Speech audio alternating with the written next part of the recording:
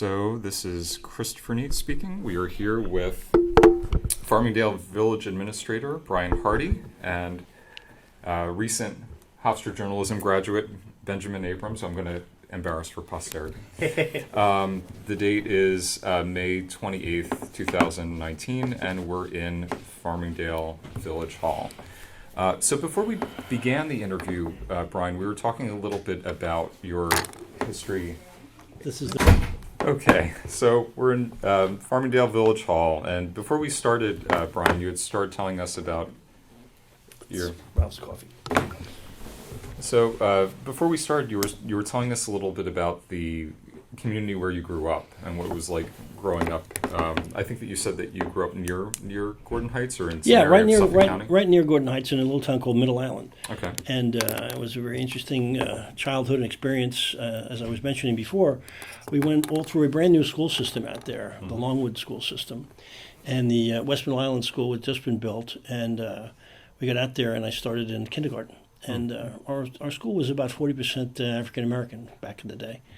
And it was a great experience because it was terrific people that we got to meet and stay connected to in a lot of parts of my life. And very rewarding. And the two communities were very, very similar, both intact families, worked hard, blue-collar community.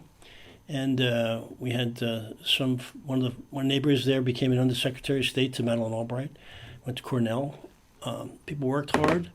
And we played a lot of sports, and we played a lot out in the yard. We didn't have a lot of games to play. There wasn't a lot of money to go around, but there was a lot of family involvement, and that was very much appreciated.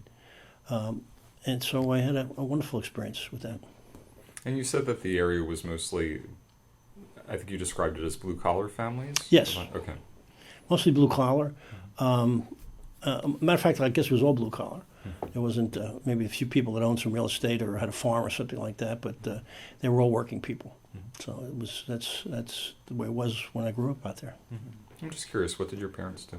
My father was a shipwright in the shipbuilding industry in New York City, and unfortunately had a heart attack very young and didn't pass away, but he ended up taking a light-duty job working for the Department of Public Works in Suffolk County as a toll collector at the Smith Point Bridge. And my mom was a telephone operator. So she went back to work when my dad got sick, and worked for the rest of her, essentially the rest of her career, and then she retired from that job at Brookhaven National Laboratory as a phone operator. Could you talk a little bit about?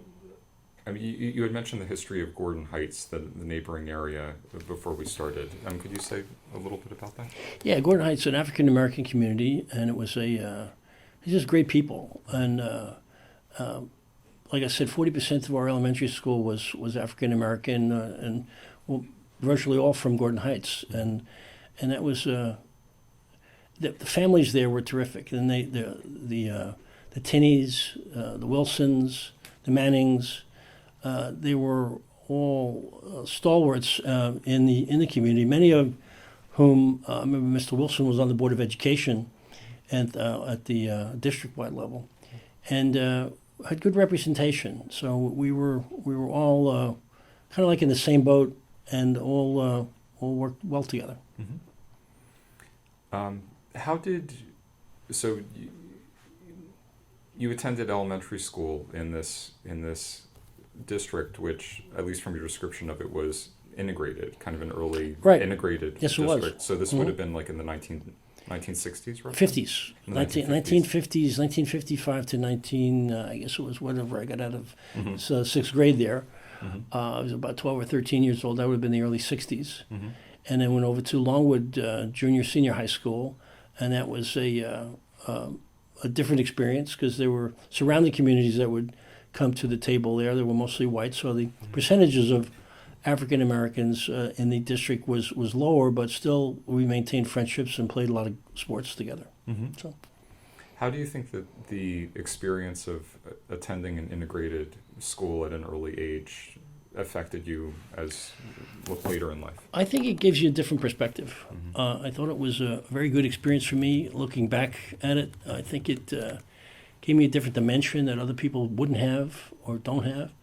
I also looked at achievement, and that achievement was possible for anybody because virtually all of us didn't have anything to start with, but intact families, and a desire for the families to do better for their kids, and that was the same with all the kids that I knew throughout the. Not all the kids, but many of them through the district. I mean, there's always kids that are going to excel. There's other kids that are not going to do that well. But people were expected to work hard, and that you're expected to perform, and you're expected to do better, and that was across the board. It just wasn't for one group or another, but the parents in the African American community had the same expectations, and many people there excelled. One guy became a dentist, another guy became an attorney, another guy became a deputy commissioner in the Giuliani administration in the city. As I mentioned, another guy became a probation officer. And as I did mention, one of our neighbors became an undersecretary of state to Madeleine Albright, now teaches at Stanford. Mm-hmm. So that expectation was pretty high, and it was you could see that it was achievable. Mm-hmm. So because people did. So how did you go from growing up in Suffolk County to eventually becoming village administrator here? Well, kind of an odyssey. Mm-hmm. I always Take your time. I always wanted to work in New York City, and I started at Suffolk Community College. I was the first one of my family to graduate from college, and Suffolk was my first degree. Then I went to Stony Brook for a short period of time, transferred out because they didn't have a business degree at Hofstra. I left school for a while, went back, and got a Bachelor in Business Administration from Hofstra. And that propelled me into opportunities working in New York City.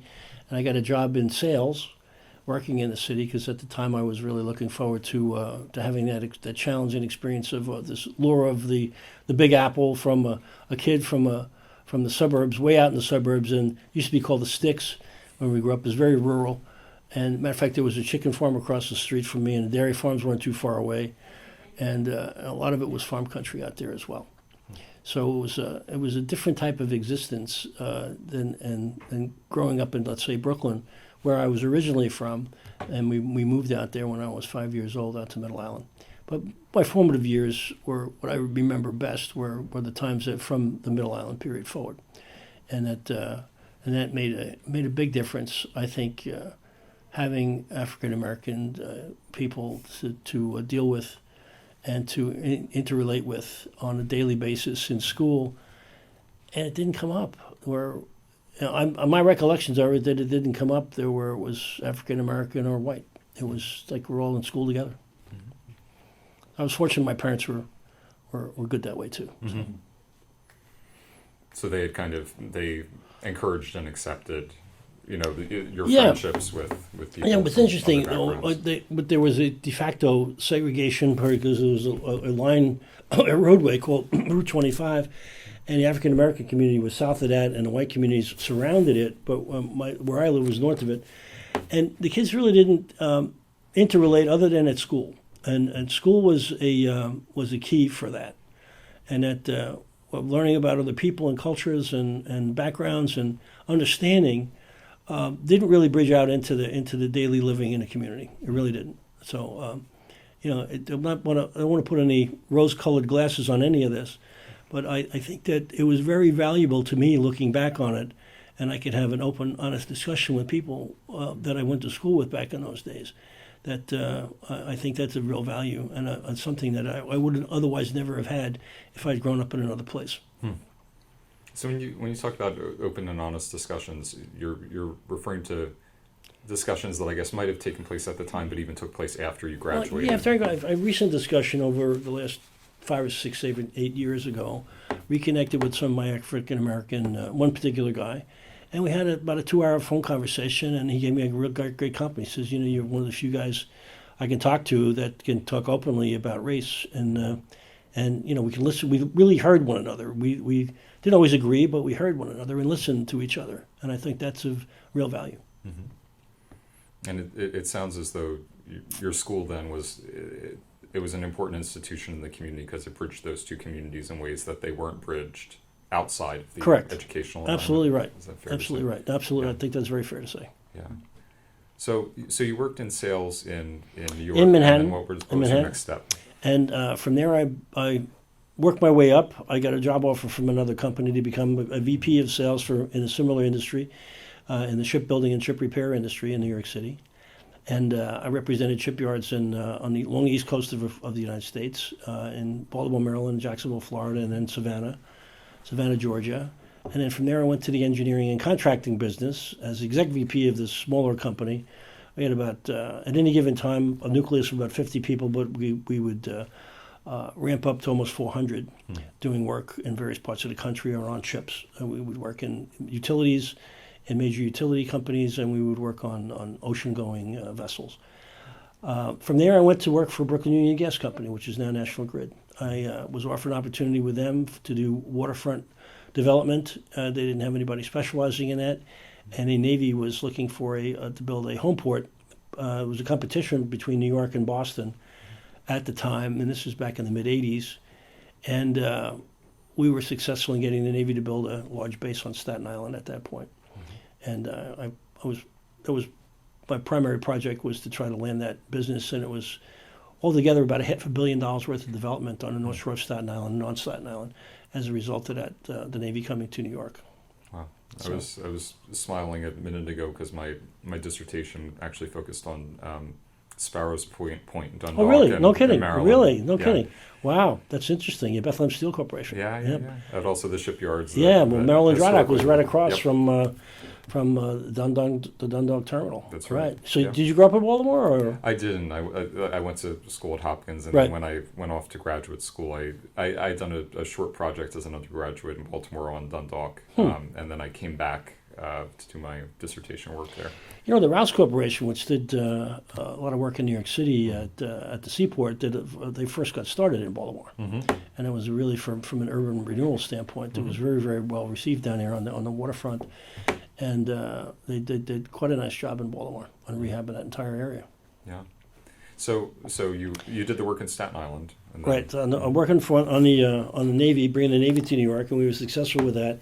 At the same time, I was involved in numerous other projects on the waterfront in Brooklyn, and working with the Brooklyn Navy Yard of bringing in new concepts to the Navy Yard, where it used to be just strictly a place where industrial work would be done on vessels. Matter of fact, they built 4 VLCCs, very large crude carriers in there, and the yard essentially went under after that contract was done, and was vacant for a long time. And then the city turned around and they were assembling subway cars in there from Kawasaki Industries, and that contract was over. So they had this huge amount of property, 3 million square feet of office space and the rest of it, and these big shipyard docks that could handle virtually anything ocean going within a reasonable size. And they were out of business. And so I went in and we reformulated some marketing for the Brooklyn Navy Yard, and we got small businesses to move in there. They were going to tear buildings down, as a matter of fact. So I suggested to them at the time, don't tear the buildings down, but offer it to the small business community throughout Brooklyn and Queens, and give them an affordable rent. And they did that. And they had 160 businesses move in 6 months. So that was the beginning of the changes at the Brooklyn Navy Yard. I hate to blow my own horn, but I gave them a good idea and they ran with it. And it was a very interesting time to see the changes that could happen. And this would be like 90s, 2000s? Mid-'80s, mid to late 80s. That early? Yeah, mid to late okay. 80s. Now that's it's blossomed a lot in there in the Navy Yard. They've got the movie business has moved in and taken over a lot of it, but the infrastructure was there, and I saw the infrastructure, with the infrastructure being there to take advantage of that investment that was there already, and rather than tearing buildings down and spending money in that regard, and they have to build something after the fact, take what you have and rehab it and offer it at a reasonable rent. I think it was $5 a square foot for rent, and it was really cheap. And then people would come out instead of operating out of their homes and garages and backyards, they would come and have an office space and a place to go to at a very, very reasonable price. So that's how that worked. I guess what they would call today adaptive reuse. It was adaptive reuse, right? Exactly right. So you worked on the Navy Yard, and then after that? Let's see, from a Brooklyn Union Gas perspective, a lot of other things on the waterfront. of we created. I was one of the founders of Fleet Week in New York City as a result of working with the Navy. You know, get the Navy to get to know New York, and New York to get to know the Navy. That was the public relations event that we started back in 1987 in November, and produced the first Fleet Week in '88 in April. So that was even before the base was built, and a lot of interesting things with that. A lot of interesting people you meet, and all over the city was engaged in Fleet Week, and just had the last Fleet Week on Memorial Day weekend. I guess the ships are leaving town today, so they were. It's been an annual event now, taken over by the Intrepid Museum. So they've done a wonderful job with it since then.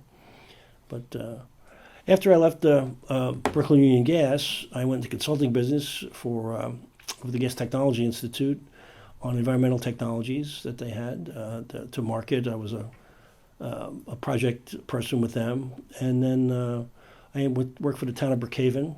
After that, I was a deputy in the supervisor's office for economic development, and I worked in the deputy tax receiver as well, and deputy in the building department. So, and then I was also elected official in the village of Port Jefferson. I was a trustee out there, a deputy mayor and mayor. And all that kind of led me to where I am now in village administration, of bringing all these different functions and factors together of development, and how to do that. And working with people is kind of the key in all of it. And having an understanding of the financial aspects of it, the legal aspects of it, the community impact parts of it, and having hopefully a good understanding of all of the above, and the impacts on people particularly. What was the transition from the private sector to the public sector like? It was an easy transition for me because I had been working in a with public sector. Anytime you work with major projects, like working with the Navy, for example, you're working with always working with the city government. So I was on the other side as an advocate from the private sector, acting as an advocate. So it was kind of a natural affinity for me to move over to the other side, to the government side, from that, to to say going from an advocate to becoming having the ability to make policy on the other side of it. As a trustee and a mayor, you can make policy. As an advocate, you can advocate for policy. But I wanted to see what the policy side was like, and the policy side was of interest to me. And then you could see how you could really effectuate change by making hopefully better policy than was there in the past. What had been your impression of Farmingdale? Well, actually, let me back up. Did you start working in? Well, do you live in Farmingdale now? No, I still live in Port Jeff. You still live in Port Jeff. Right. What was your perspective or sense of Farmingdale before you started working here? I didn't know much about it. I did some research when I interviewed, so I got to learn some of the things about it.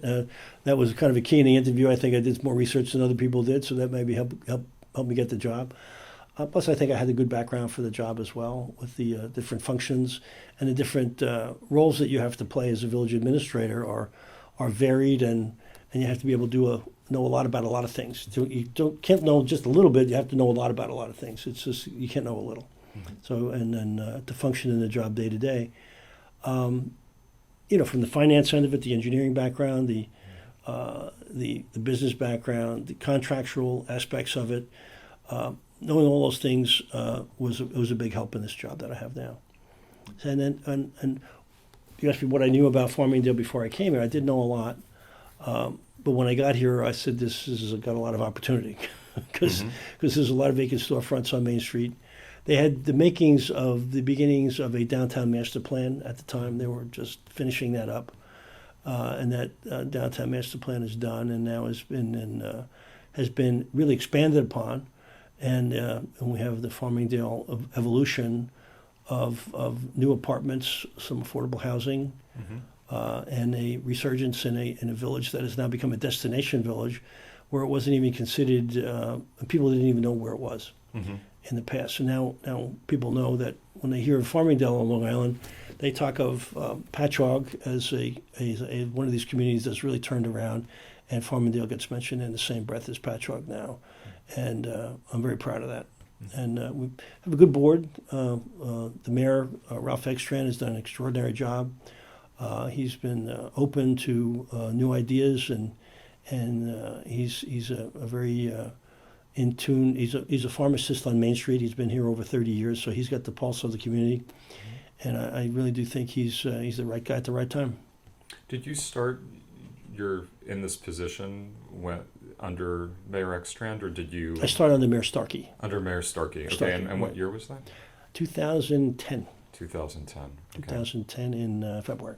Okay, and you said that at that point, I guess the redevelopment planning was well The underway. planning was underway at the time, and there was a lot of almost 30 vacant storefronts on Main Street. Just the sidewalks themselves were in bad shape. The downtown had been was in pretty rough shape back then, and the spurring of the development was when the first major project was started. And people would then say, okay, now it's coming to life. We're willing to take some risk and investment on Main Street because we know that, to put a business in, we want to get a return. So they looked at the development opportunity. They looked at the development that was coming, what was in the pipeline, and they said this has some potential. So they married up with the potential, married up with the reality, and the investments has started to come into Main Street, and it made a huge difference in the downtown area. We've also made very significant investments through HUD here. We have a sign light and awning program where people get new signs, lights, and awnings on their businesses, and they have to pay 20% of the cost, and HUD pays 80%, and that's administered through us, and our contact to HUD is through the County of Nassau. And it's been a great working relationship on that. It's been terrific. So we continue with that program. And that changing signs, lights, and awnings might not sound like much, but when you have signs, lights, and awnings, and coupled with that with a change in the code that says you need to do this, you need to make the changes, you need to, and it's kind of like, it's nudging people along with an incentive to say that, look, this is going to be better for you in the long term, and you have to pay 20% to get brand new signs, lights, and awnings on your property. And that has been a very, very successful program, and that was the beginnings of the turnaround on Main Street, from an aesthetic standpoint. There's been a beautification committee here in the village that, to give great credit to the people that do that, they put flowers out, pots out. And to give credit to the board and to Mayor and the board, they've enabled reinvestment in parking facilities in the downtown area, meaning at surface parking lots, new lighting, new drainage, safety, really safe. When I got here, those parking lots were in horrible shape. Tripping hazards all over the place, poorly lit, just horrible looking. So it wasn't an inviting place to come and visit and to come and spend some money on with the businesses we have here on Main Street. So all of that has come together as part of the overall plan, and I've had an integral part to do with that, I would say. I have the day-to-day responsibility of operating all of it and coming up with a number of the ideas. And the board listens very carefully, and we've done a lot of work in the downtown area. But that's not all. We've done a lot of work in the residential part of the village as well. There was some major drainage issues. We've addressed those. Those are now solved. We had paving issues and streets. We've done an awful lot of paving here as well. So it's and the village overall is looking a lot better now than it did 10 years ago. But it does take time. Nothing happens particularly overnight. But this, as a success story, you can look at it happen very quickly. And then when you see the anticipation and you see the people coming in and wanting to be here, I think we only have a few storefronts on Main Street now that are vacant, and that everything that is vacant has got some idea of a plan behind it now to redevelop. And I would imagine that when you started in 2010, the effects of the recession were probably also starting to be felt within the community. That was a carryover, 2008 to 2010. The recession did have an impact, I would think, but I think the problems were more systemic here that reached back before the recession. I don't think it was a result of the recession that these storefronts became vacated. I think they were vacated long before that, and just didn't have enough incentive in place or income level around it to support the redevelopment. And that income level is very important with the development of apartment properties here, and the income that's coming in, it's going to be spent mostly locally. The idea behind transit-oriented development here in the village was a very key one. We're 55 minutes from Penn Station in Manhattan, so it is a very commutable distance, and it's a Lowell electrified trains, and it is a key component in the redevelopment of the downtown area, that and redevelopment of the village per se as a whole, where the commutability to the city is a very important component to this. Was the mayor and the other village staff already talking about transit-oriented development as a strategy even before you arrived? Yeah, it was a key component in the master plan. Was it with the TOD, and the mayor likes to say that Todd is his new best friend. Transit-oriented development, but it's worked quite well. As a matter of fact, the initial master plan had left out a few properties that were near the train station that this mayor had added back or added to it. And it has augmented taking blight out of those locations, and provided great housing opportunities for both at market rate and affordable, and workforce housing. Mm-hmm. So, at the time that you started, actually, even before I go on to that, the discussion of transit-oriented development and using the train station as a community asset, I guess, for the redevelopment process. Right. Was that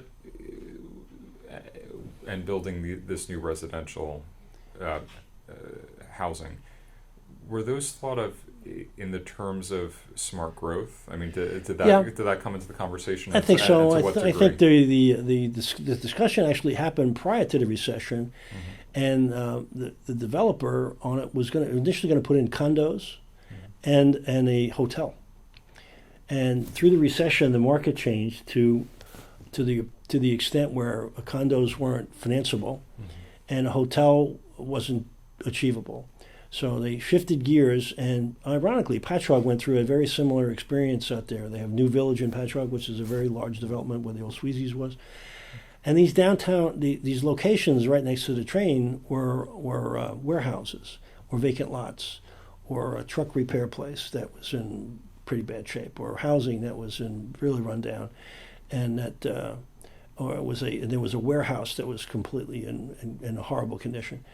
All of those were really blighted areas, and that surrounded the train station. And looking at the value of it with a hotel and with condos was the initial look prior to the recession. As the recession unfolded, and then just as people were coming out of it, what was financeable was rental housing, and that they shifted gears and went back and approached the village about doing rental housing along with retail on the bottom level, and that was approved, and that was a major shift from condos from the hotel to rental housing and retail. So, but it's worked out very well. So that shift happened after you arrived, though? Yeah, the shift happened. Yes, it happened. Yes, after I arrived, because I was here. They were still on the table about condos and a hotel, and then that shifted after I arrived. So that happened sometime after 2010, between 2010 and 2012ish. That they shifted gears from the hotel and condos to the rental component and retail. In some communities on Long Island, rental housing can create controversy. Was there concern from any members of any parts of the community about the shift to rental development? Yes and no. I think anytime you have change in the community, there's always questions, and I think you need to be prepared to answer them to the best of your ability and be candid with the community about what you're doing and why you're doing it. And when you do that, usually people will engage, and you have to develop a trust with the community, and that there's always a certain amount of the community never going to believe no matter what you say. So, but it's interesting that some of the commentary that's come back after the fact is that, well, you said that was going to work that way. Yeah, I guess it does, and it's been a real benefit. So overall, the concerns of incremental traffic and streets matter of fact, there's been improvements in traffic flow as a result of studying some of this during that period, where the north-south queuing on Main Street is changed by a simple change at Conklin and Main Street by putting in a turning lane. And that, without an arrow, but just a turning lane in and creating the space for that in the existing space. And the traffic flow both north and southbound in rush hours is much improved as a result of a minor change. But those minor changes only come about when you have sophisticated engineering people looking at it who have experience in this, rather than saying, okay, this is the way we did it for the last 50 years. Wait a minute, if you did this a little bit differently, it makes a big change. And it did. So people have, I think, come to accept the changes, and they've, when I first got here on weekends, you'd have virtually empty parking lots. Now they're full, and people are saying, we can't find a place to park. So that's an interesting problem to have, because you're successful when say we don't have any available parking, or that parking is at a premium now. You could have shot a cannon off here, and you wouldn't have hit a heck of a lot on Friday and Saturday nights in the past. There were only a few places with all the empty storefronts. It was not particularly welcoming. You had some destination businesses here, Croxley's being one, Ubaldo's, which is subsequently just recently sold to a new someone who has two restaurants on Main Street. He's going to change that into something else going forward. But there was, I would say, only a half a dozen places on Main Street that were destinations at the time, and that they're still destinations, and but their businesses improved, we're told, by at least 25%. And the new businesses that have come in have made enormous investments on each storefront. So it's nice to see that we're a destination village, and people are willing to put a lot of money up to give it their best shot in their business. I think that I'm struck by you noting that some of the earlier critics kind of came around on the project. They did. And if you can get kind of the grudging admission of success on the part of your prior critics, I guess you're doing. Yeah, you'd like to think so. We try to solve problems for people. That's my job day to day is problem solving. If somebody's got an issue, we try to solve the problem right away. The last thing I want to do is have people come to the board meetings complaining that they have an issue. I'd rather take it head on and deal with it as quickly as possible and get customer satisfaction out of it. I mean, we're in government. We're in the customer service business, so it's. I tend to look at it that way, and I try to treat people how I'd want to be treated if I were sitting on the other side of it, and saying that if I had an issue, how would I want to be handled? How would I want it to be taken care of?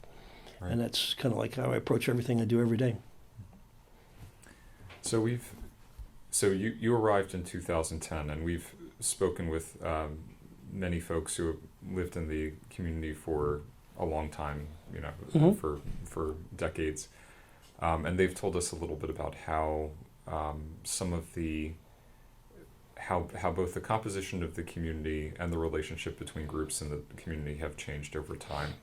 Now, you only arrived in 2010, but what was your sense of how immigration had affected the dynamic and the relationships with the community before you got here? I can only relate to that. I can't really relate to it. I can only refer to it on what I learned when I got here about day laborers and people living in substandard housing.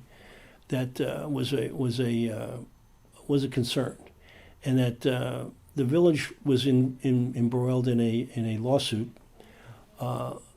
because of people were displaced. And from certain housing in a location in the village, and there was a day labor location also. Was a number of people in a very, very rundown property, and I guess the fundamental part of it for me is like if my mother lived in the building, how would I want my mother to be treated? And that was the fundamental part of it for me. And that when you ask yourself that kind of question, unless you really don't like your mother, I mean, you come up with a pretty clear answer about you want people to be treated fairly. And it appeared to Hofstra at the time. They took up the cause of the people that were displaced, and they made a very strong case under the federal housing statutes that the people weren't treated fairly. So. It went on for some time, and then the Long Island Housing Partnership assisted in acting as a broker, breaking the ice between the balkanization of lawsuits one on the defense side, one on the prosecutorial side, representing the as an advocate. Hofstra was a very strong advocate for the people that were displaced, and we finally came to a settlement on that suit, which I was very pleased about, and I was very pleased that I was able to play a role in bringing the housing partnership to the table to effectuate that change and effectuate that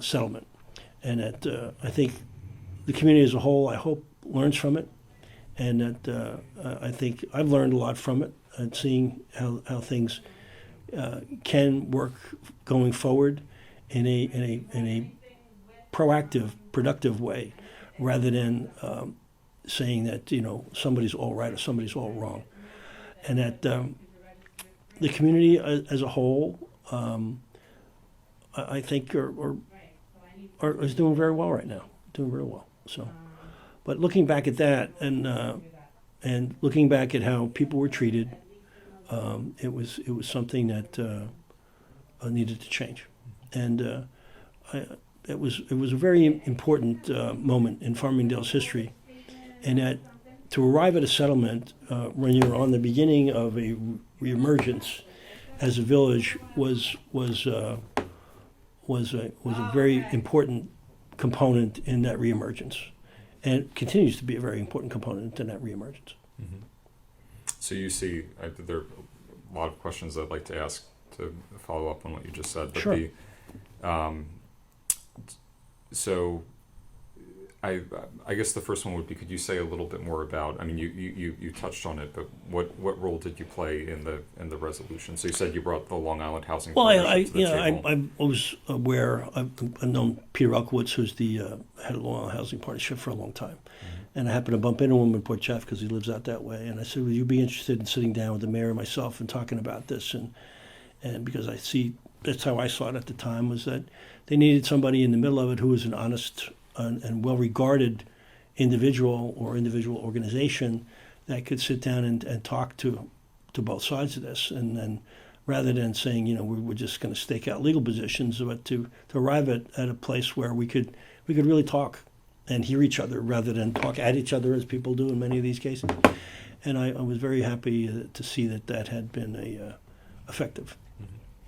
And more credit to the Housing Partnership, because they're real professionals and they know exactly what they're doing, and they know how to bridge very tenuous situations. Mm-hmm. And I was much appreciated. I was very much appreciative of Peter Elkowitz and his team coming in and helping the village in that regard. Do you feel that, I mean, prior to that both the village and the legal team had kind of dug into their positions? I think that's kind of a natural thing to do. That people dig into their positions, where they're at, and how they approach it. The legal people approach it from a legal standpoint, and and others look at it from a different point of view, and then and then becomes tactical and digging in, as you suggested, are the things that happen, and that. We looked at it and said, look, we really need to settle this. This needs to be addressed, needs to be dealt with. And it was dealt with, and I think dealt with in a very, very good way for all parties concerned, went away from, and still live with the agreement going forward, of in thinking about it in very positive terms. Mm-hmm. I'm just kind of curious, and we'll if I'm not stealing any of Chris's questions, but were there any moments or certain items in kind of reaching that settlement that you remember that were kind of breakthroughs in just getting these two sides to talk to each other and kind of getting them out of that well, we got them in a room together. First step is getting them in a room together, mm-hmm. And that's an important component, so people on both sides can see each other from a human standpoint, rather than just a paperwork standpoint, and that was the beginning of it. So once people sit down, reasonable people can usually work things out. All right. You said that it was very important for the village to resolve the lawsuit at this time, at the point of, as you described it, its reemergence, right? Mm-hmm. Its revitalization, sure. I guess. Do you feel like that prior to that breakthrough, that the village had seen this property is something, the existence of this property is something that was inhibiting or preventing the redevelopment of the village? You know, I can't speak to it because I wasn't here at the time. Right. I don't know. I can't really answer that question definitively. So it's, Yeah. No, I wasn't here then, so I don't know. right. Understand. Do you think? I mean, you mentioned that you learned a lot about you learned a lot during the process of its resolution. Could you say anything more about that? Well, I was very proud of the village to stand up and to say that, you know, we need to settle this, and we need to move forward. We just can't stay balkanized. And I was very proud of the mayor and the village board, and the village attorney did an outstanding job working with the Long Island Housing Partnership and ultimately working with Hofstra on arriving at a settlement. I thought that was very, very well done. I wasn't involved in all the details of the settlement. That became the mayor and the village attorney and the village board and so on. But I thought I had a role in setting it up and getting them all to the table, which I thought was important component in getting the ball rolling. And the mayor's been great, I must tell you. He's very honorable, honest, and great guy to work with. We've heard that one thing that was very important in the settlement was kind of deepening the affordability, right? Kind of making sure that the housing wasn't just affordable, but was affordable at a certain level. Yeah. Were you part of those discussions? I guess I'm involved in most of the discussions in the village, but the part of it that was modified was the village code at the time was to 80% of the median income in Nassau County.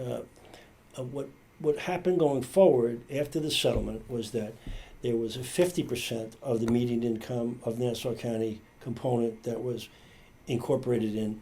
So if you had, argument's sake, you had a 100-unit building going in, you have 10 units that are going to be workforce housing. 5 of those units had to be at 50%, 5 of those units were at 80%. So it gave an opportunity for people with an income cap. But you still had to have a job, you still had to be working, you still have to pass credit check, and you have to go through all of the tests. So it's just not, it's not welfare housing, it's workforce housing. Mm-hmm. So, and it made sense to Hofstra to settle the case on that basis, and it made sense to the village to settle it on that basis. And every development that has happened since that case was settled has that component, and we haven't had a complaint, not one, about anybody, anywhere, anytime, at all. Nothing. No complaints. Did that's really interesting that it applied to the code, that it wasn't just a single property. Oh, we're codified. Deal. Oh, absolutely codified that. Yeah, sure. Anybody that comes in and wants incentives in their projects has to have an affordable component, a workforce housing component of 10%. And 5% of that is at 50,000 or under level, and the other 5 is at 80,000 or under. And that has also applied to recent developments near the train station, like as part of the downtown redevelopment? Yes, to some of them, not all of them, but some of them, the first 2 projects that were by the train station, they predated the settlement, so they're at 80%. But the third one, across the tracks, on the north side of the tracks, is at half at 50, half at 42, so there's 5 units in there. I think there's 3 at 80 and 2 at 50. And there's one down on the east end of the tracks. There's 3 units in there, and there's 2 at 2. I think there's 2 at 80 and 1 at 50, something like that. So But it's been, and there's another project up on Fulton that's 66 units in there, 3 at 50, 3 at 80. That's worked out very well. And we make it clear to the developer when they walk into the room, this is part of the deal. Mm-hmm. So plan that into your equation, and they do, and they understand it. Just out of curiosity, did you feel that some of your experience, especially dealing with, as you said, you were talking earlier about dealing with properties in New York City, inform you on kind of how to make kind of these deals work and kind of those plans work? There really weren't a connection between the New York City side of it to this for me. It was all localized here in Farmingdale. But you look at it from a practical standpoint, and you say, that's going to work real well, and it has. It really has worked very well. Yeah, I was just curious about No, that. I didn't. There wasn't. I didn't work in city housing per se. I worked with Navy and Navy housing, which is different Right. than city and city housing. But I didn't work in the city housing aspects of it for affordable housing in New York City at that point. Right. And we had people in the company that did, working with tax credits and things like that with affordable housing. Colleagues of mine did that as part of their job, but that wasn't part of mine when I worked in clean unit gas. By the time we've heard from others that we've interviewed that there was a lot of local controversy surrounding both the property on Secatog and also the day laborer site that you mentioned, starting even early in the 2000s and even before. Did that controversy kind of persist into the beginning of your tenure here? Like, did you have community members that continue to be concerned or are concerned now about the day labor issue? I don't hear any day labor issues at this point. I don't recall hearing any at that point either. I think no, I don't recall that as an issue back then. I just don't. When I first got here in 2010, it wasn't an issue. I didn't hear it. Didn't come to Village Hall and say, "Oh my God, there's a big problem. What are you doing about this?" Or no, I didn't hear that. Follow up on the resolution of the lawsuit. You mentioned the role of Long Island Housing Partnership in helping come up with a way forward. A plan that would resolve the plaintiff's issues and also allow the redevelopment of the property to take place. Did Vision Long Island also have a role in this? Yes, those they discussions did. as well? They had a key role, from what I understand, early on with the master plan planning and running planning charrettes, that kind of thing. And Eric Alexander, as you well know, is a huge advocate for development and redevelopment of all of Long Island, particularly downtowns. And they still work with us. They work with us as a consultant at this point. So I highly respect them, and they've done a wonderful job. And they were part of the discussions about. They weren't part of the discussions of anything to do with the settlement with Hofstra back then, to the best of my recollection.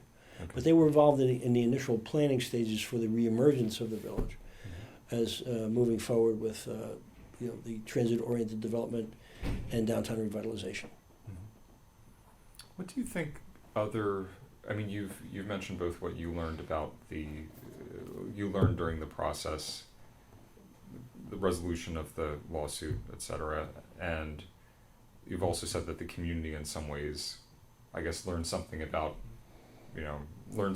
itself. Do you think that there are lessons that a village like Farmingdale, going through this process of redevelopment, and trying to, I guess, balance the needs of both existing residents while at the same time providing new opportunities? Like, are there lessons that a place like Farmingdale can offer to similarly positioned villages, either on Long Island or elsewhere in the country?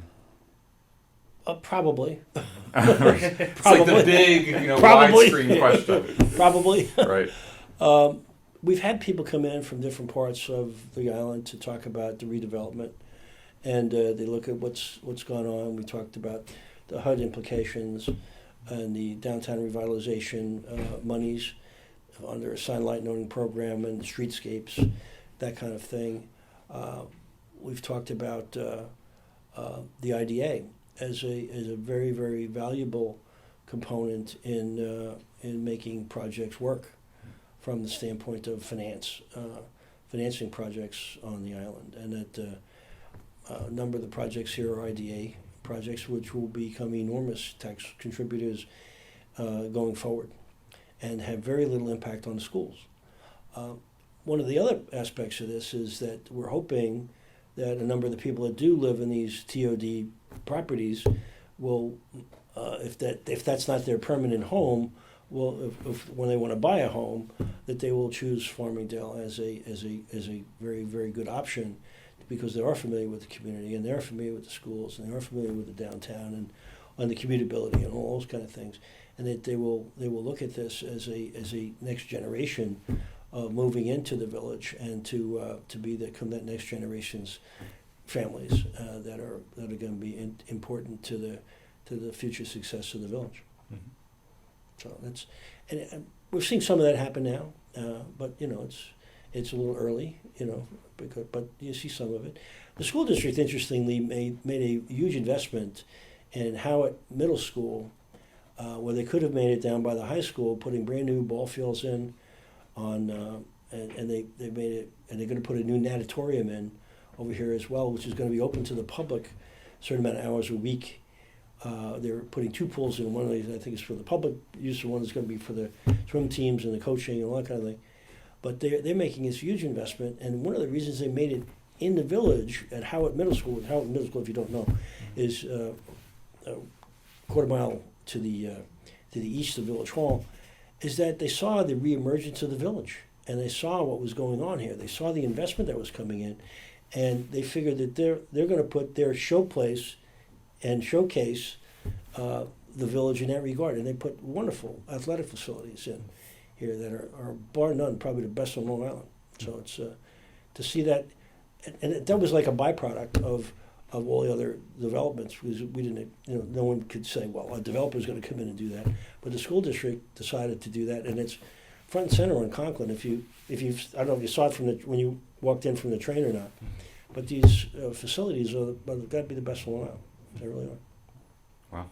So it's nice to see all of that coming together.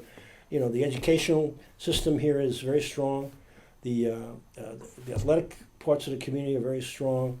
The real estate values here are in the village are 25% higher than the surrounding greater Farmingdale zip code area, and we'd like to think because of the downtown area, the village has a value. There's a value added because of the village itself. And you think that will help retain the tenants in some of those in that TOD? Yeah, I think so. Okay. I do think so. That they see the community growing. They see the better things getting better constantly. They see investments being made.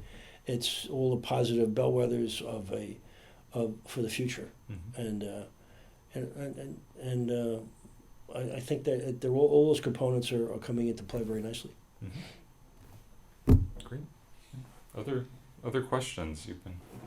Yeah, I've been in the corner here. I've just been racing ahead. I haven't. No, I haven't no, let you I get think much of a word.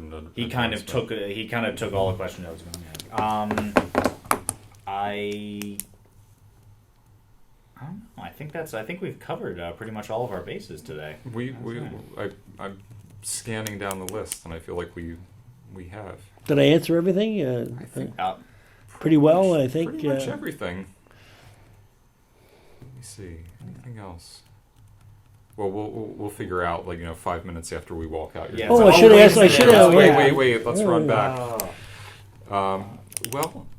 Is there anything else? Well, a couple standard questions that you always have to ask when you interview. Is there a question that, given what we've discussed, that you feel like we should have asked, or something that you wanted to talk about that we didn't cover? I was just trying to think of the other aspects of growth, of the things you have to deal with. Are we're trying to deal with the growth in a positive way, and the infrastructure. I mentioned it early on, but I can't overemphasize it. But the infrastructure that's in place from the position in the downtown business community. You have to provide first-class parking facilities. You have to provide access to Main Street. We're using Quick Ride. We're just getting involved with Quick Ride. I don't know if you're familiar with that or not. Mm-hmm. They're like elongated golf carts where you can fit 8 or 10 people on them to move people around in the village. And you have to try to maximize the utilization of your current assets without building humongous parking structures and that kind of thing. So I think that with the use of Quick Ride, we have a huge asset. The parking lots at the train station is 600 spaces of parking out there.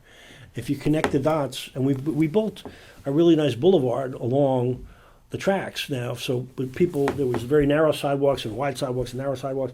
We made them all fairly wide so that people can walk from the parking lot at the train. We've lit it differently. So all of those different things of welcoming and safety are important in the community. So the infrastructure component to this is very important from a walkable and workable community. So it's having to make those investments in this intermodal type of transport of picking people up on Main Street and bringing them back to the parking lot at no charge is kind of neat. So we see it in Huntington, we see it in Patchogue, Port Jeff has it. I think we're the first Nassau community, aside from Long Beach, to go to Quick Ride and to try it out. So it's to moving people around.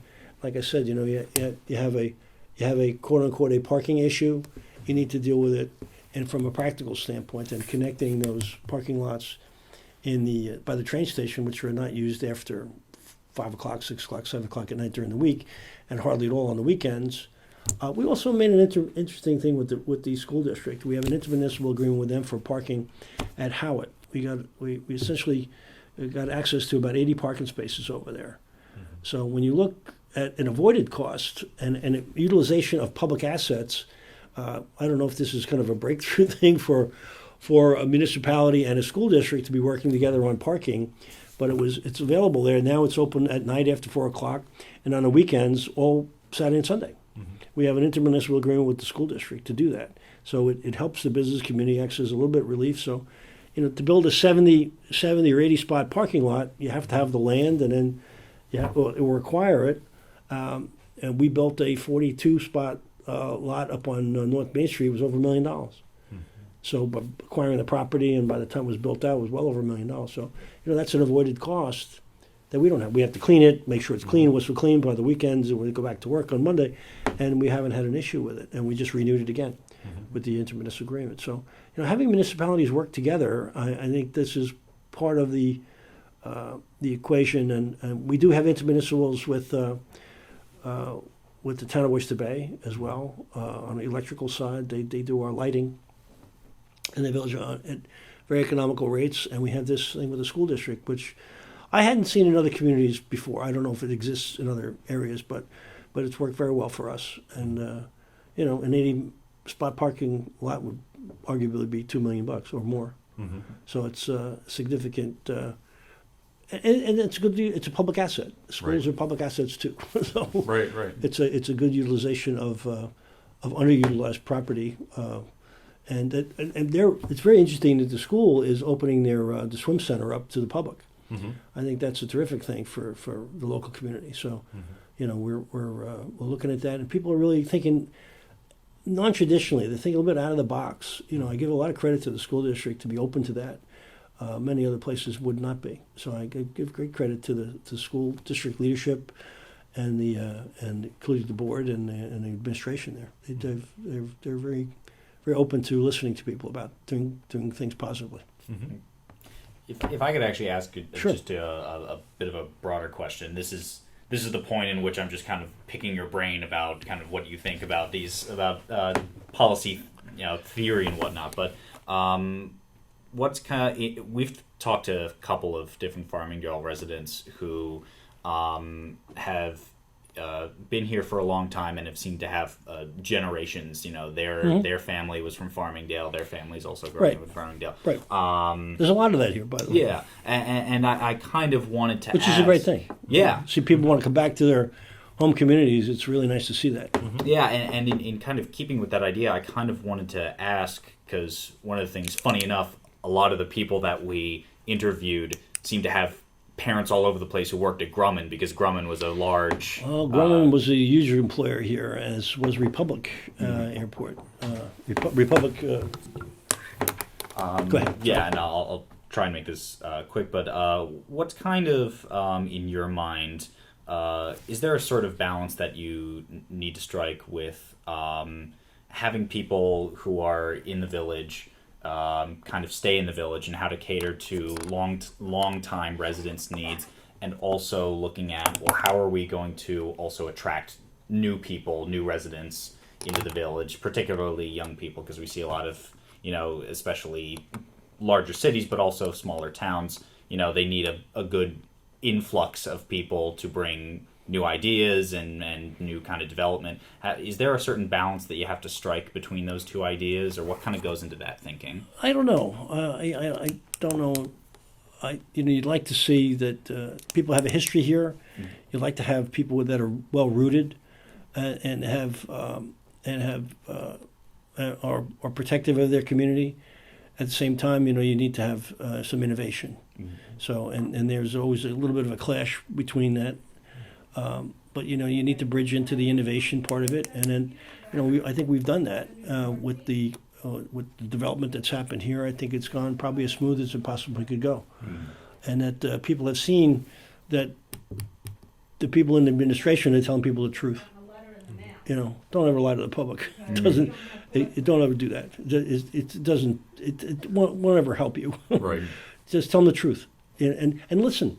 At the same time, listen to them. Say, look, and a lot of people have a lot of good ideas. And you have to be also. There has to be an administration that's willing to move and willing to move ahead. You have some people, some administrations in other communities, which you probably could point to, but won't, that don't want to do that. They don't want to move ahead. They like it the way they like the status quo.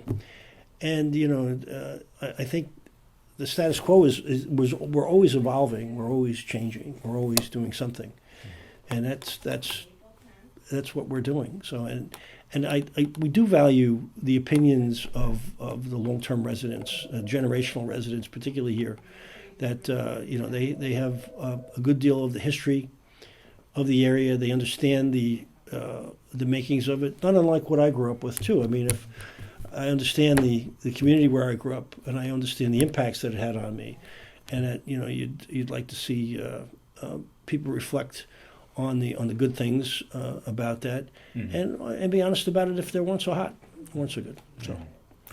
And if you need to step outside and do, I gotta take care of this because there was a very big check coming from National Grid to us, so I have to sign for it. Well, we want to thank you so much.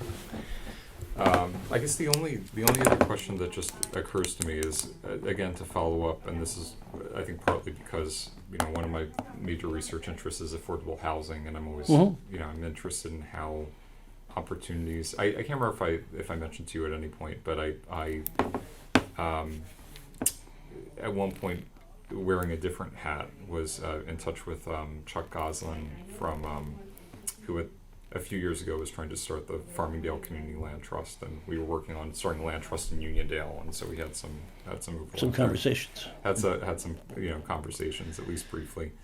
But I guess I was just wondering the now that these affordable housing set-asides with deeper affordability are written into code, are there new developments that are kind of in the pipeline that are going to deliver? We're evaluating that right now to look at site-specific affordable sites. We're evaluating that right now. So we're looking at becoming a little bit more aggressive in that regard. So that's all I can tell you about it at the moment. No, that's fine. And I guess just to kind of bring my our earlier kind of widescreen question about lessons together with the story that you told, do you think that the resolution, I mean, in different parts of Long Island and in other parts of the country, many communities that are in the process of redevelopment are trying to figure out how clusters of affordable housing, relatively cheap housing, which some might see and identify as blight, right? How that housing that often serves as a resource for low-income folks, what happens to that housing and to the people who live there in the middle of redevelopment, right? Like, how do you? Let me. That was a very tortuously phrased sentence. So let me try again. Try again. So on Long Island and other parts of the country, you have communities that are undergoing redevelopment. And what do you do with the people that are being displaced while the redevelopment happens? Exactly. We make it as part of the redevelopment equation, that they have a relocation plan for all the people that are impacted. That's going forward. We make sure that their people are not displaced and with no place to go. That they have to have a solution for the people that are being displaced as a result of that redevelopment. So that's I think a I don't know if it's a common practice, but it's our requirement at this point to do that, to make sure that people just that people just, like, do you want your mother treated that way? Do you want to just put out in the street? No. It doesn't make any sense to do that. Come on. People are human beings, and they may not have a lot of resources. They may not speak the language, but they have they're people, and you got to treat them like you want to be treated. So come up with a redevelopment. Part of the redevelopment plan is to find housing for the people that are being displaced. Do you have any thoughts about how important it is that people be able to stay within the neighborhood where that they're being displaced from versus being offered housing in other locations? It's desirable if it's achievable. It's desirable. I think that because they have roots, people have kids. They go to school. Yeah, sure, it's desirable if it's achievable, if it's possible. On the other side of it, whatever that, the people that are being displaced, I think they should be the first people to be offered the affordable components of those developments that are being built. And it may take a year, usually typical project may take 2 to 3 years, but from beginning planning to tear down rehabilitation or tear down reconstruction, 2 to 3 years period of time. So if people are relocated for a period of time and they want to come back, I would give them every opportunity. That would be part of my thinking, is that if they want to come back after that period of time, if they couldn't find something locally that was acceptable and workable for their family circumstances, then I think they should be the first people offered to come back in the new buildings. Mm-hmm. That's my personal view. Great. Okay. I am now officially out of questions. Out of questions. Okay. The only question I've left is: Are there other folks within the village administration or from prior administrations that you'd recommend that we speak with, given the questions? Talk to the mayor, Dr. Ralph. I mean, he really speaks on behalf of the village. Okay. I know that Mr. Krieger was asking me to do this for a while, so I said sure. And I'm happy to sit down and chat. Well, we really appreciate it. Taking an hour and a half out of your It's quite all right. out of your busy Glad to afternoon do it. to speak Glad with to us. do it. Thanks so much. Okay.